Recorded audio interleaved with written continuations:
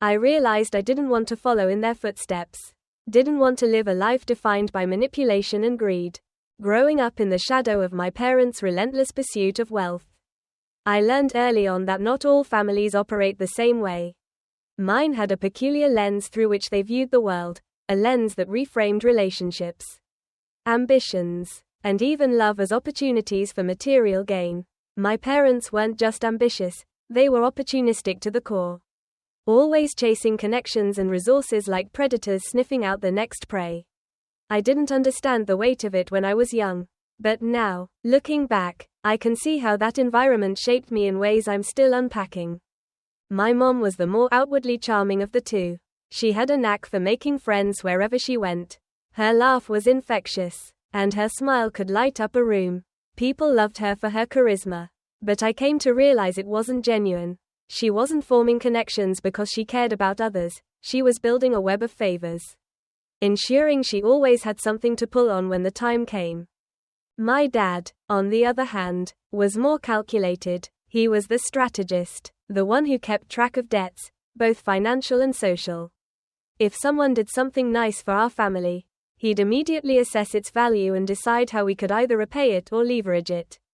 He had a saying, no relationship should be one-sided, unless you're on the side that benefits. As a kid, I didn't see the manipulation for what it was. I just thought my parents were well-liked and resourceful. I mean, who wouldn't want parents who always seemed to have a plan? We never lacked for anything. Our house was always full of gifts from friends. We went on trips paid for by business partners, and we had invitations to every exclusive event in town. From the outside, it must have looked glamorous. But beneath the surface, there was a darker reality. I noticed it in the way people drifted in and out of our lives. One year, we'd be inseparable from the Smiths, spending every weekend together at their lake house. Then, suddenly, they were gone. My parents would brush it off with vague explanations. Oh, they moved away, or, we're just busy these days. But I overheard enough hushed conversations to know the truth. The Smiths had caught onto my parents' schemes and decided to cut ties. This pattern repeated itself over and over. New friends would enter our lives, dazzled by my parents' charm, only to vanish when they realized their generosity was being exploited. At some point, I stopped trying to remember names. It was easier that way. By the time I reached high school, I was starting to feel the effects of my parents' lifestyle. I had friends, but I didn't trust them. How could I when my parents had taught me that every relationship was transactional? I constantly questioned whether people liked me for who I was or for what they thought they could get from me. It was exhausting, and it left me feeling isolated, even in a crowded room. The breaking point came during my junior year. My mom had befriended the mother of one of my classmates, Emily. Emily and I were friendly, but we weren't particularly close. That changed when my mom decided I needed to get closer to her, for the family. You see, Emily's dad was a successful real estate developer, and my parents wanted a piece of his business. My mom coached me on how to bond with Emily, feeding me talking points and encouraging me to invite her over. At first, I went along with it. I didn't know how to say no to my parents, and part of me thought it wouldn't hurt to make a new friend. But as Emily and I grew closer, the guilt started eating away at me. She was kind and genuine. Nothing like the shallow relationships my parents cultivated. I felt like a fraud, using her for my parents' gain. The final straw came when my mom insisted on inviting Emily's family over for dinner. It was a calculated move, designed to impress her parents and secure their favor. I'll never forget the way Emily looked at me that night, her eyes full of confusion and betrayal as she realized what was happening. She didn't say anything in the moment, but the next day at school, she confronted me. Was this all just a game to you? She asked, her voice trembling. I wanted to tell her the truth, to explain that I hadn't meant to hurt her. But what could I say? That my parents had used me as a pawn in their never-ending quest for wealth? That I was just as trapped as she was? In the end, all I could do was apologize. It wasn't enough. She walked away, and we never spoke again. That experience was a wake-up call. For the first time, I saw my parents' behavior for what it really was, not just ambitious, but toxic. I realized I didn't want to follow in their footsteps. Didn't want to live a life defined by manipulation and greed. But breaking free wasn't easy. The first step was setting boundaries. I stopped participating in their schemes, refusing to be their pawn in social games. This led to countless arguments, with my parents accusing me of being ungrateful and disloyal. It was painful, but I knew it was necessary.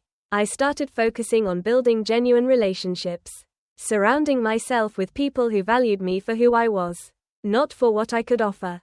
Leaving home for college was a turning point. For the first time, I had the freedom to define myself outside of my parents' influence. I made friends on my own terms, pursued my own interests, and began to heal from the scars of my upbringing. But the lessons my parents taught me, both intentionally and unintentionally, stayed with me. Today, I'm more cautious than I'd like to be, always second-guessing people's motives. But I've also learned the importance of authenticity, of surrounding myself with people who are genuine and kind. My parents still live their lives the way they always have, chasing wealth and connections at any cost. I've accepted that I can't change them, but I can choose a different path for myself. If there's one thing I've learned from my experience, it's this: relationships built on manipulation will never bring true happiness. It's a lesson my parents may never understand, but one I carry with me every day. College was both a blessing and a challenge. For the first time, I had the chance to build my own identity away from my parents' influence. But the shadows of their choices loomed large. I'd spent so many years observing their behavior that I struggled to unlearn the patterns they'd ingrained in me. Trust didn't come easily, even when people showed genuine kindness. I found myself questioning their motives, wondering if they were secretly expecting something in return. There was one moment that truly tested me. During my sophomore year, I met a girl named Natalie in one of my literature classes. She was warm, fiercely intelligent, and had an energy about her that drew people in effortlessly. We quickly became friends, bonding over late-night study sessions and endless conversations about everything from classic novels to our dreams for the future.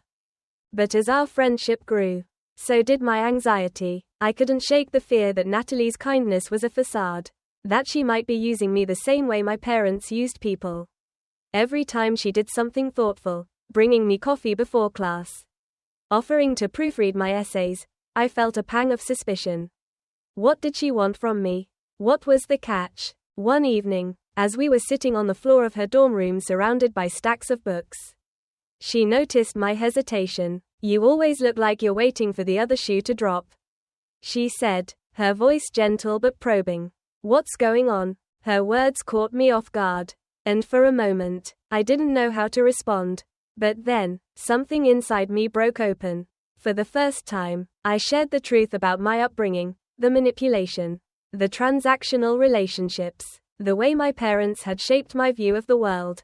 I told her about Emily, about the guilt I still carried, about my fear of repeating my parents' mistakes.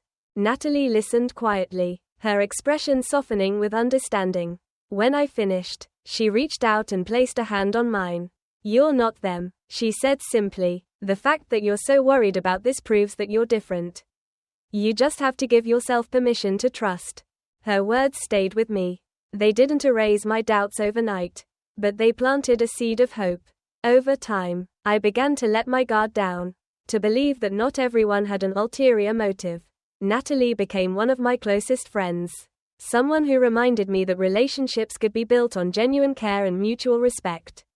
Meanwhile, my relationship with my parents grew increasingly strained. They didn't understand my desire to distance myself from their lifestyle. To them, my rejection of their values felt like a personal betrayal.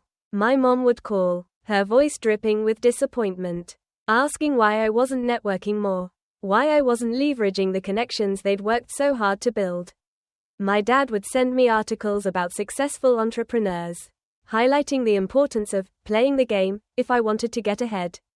Every conversation with them felt like a battle, a reminder of the gulf that had grown between us. But as painful as it was, I knew I couldn't go back. I had spent too many years living in their shadow, and I was determined to carve out a life that was authentically mine. After college, I moved to a small town in upstate New York, far away from the hustle and bustle of my parents' social circles. I took a job at a non-profit, working with underprivileged youth. It wasn't glamorous, and it certainly didn't pay much. But it was meaningful. For the first time, I felt like I was contributing to something bigger than myself. Something that wasn't tied to wealth or status. My parents were baffled by my choice. "You're wasting your potential," my dad said during one particularly heated phone call. "You could be making six figures by now if you'd just listen to us." But I didn't care about six figures. I cared about waking up each morning and feeling proud of the work I was doing. I cared about the connections I was building with my coworkers and the kids I mentored, connections that were real and untainted by ulterior motives. The years that followed were a mix of growth and reflection. I made peace with the fact that my parents would never change. That they would always see the world through the transactional lens. But I also came to appreciate the lessons their behavior had taught me, lessons about the kind of person I didn't want to be. One of the most profound moments came when I attended the wedding of an old friend. As I watched the bride and groom exchange vows, surrounded by family and friends who clearly loved them for who they were, I felt a deep sense of clarity. This was what I wanted. Relationships built on trust, love, and mutual respect, not manipulation and greed. That night, I wrote a letter to my parents. I didn't send it, but the act of writing it was cathartic. In the letter, I thanked them for the good things they had given me, their support, their encouragement to chase my dreams, but I also acknowledged the ways their behavior had hurt me. I told them I was choosing a different path, one that prioritized authenticity over ambition. Writing those words felt like reclaiming a part of myself that I had lost along the way. Today, I'm in a place of peace. I still have moments of doubt. Times when I catch myself second-guessing someone's intentions or wondering if I'm doing enough to prove my worth. But I've learned to quiet those voices. To remind myself that my value isn't tied to what I can offer others, it's inherent. Just like everyone else's, my parents continue to live their lives the way they always have. Moving from one social circle to the next in their endless quest for wealth and status. I've accepted that I can't change them. But I no longer feel the need to.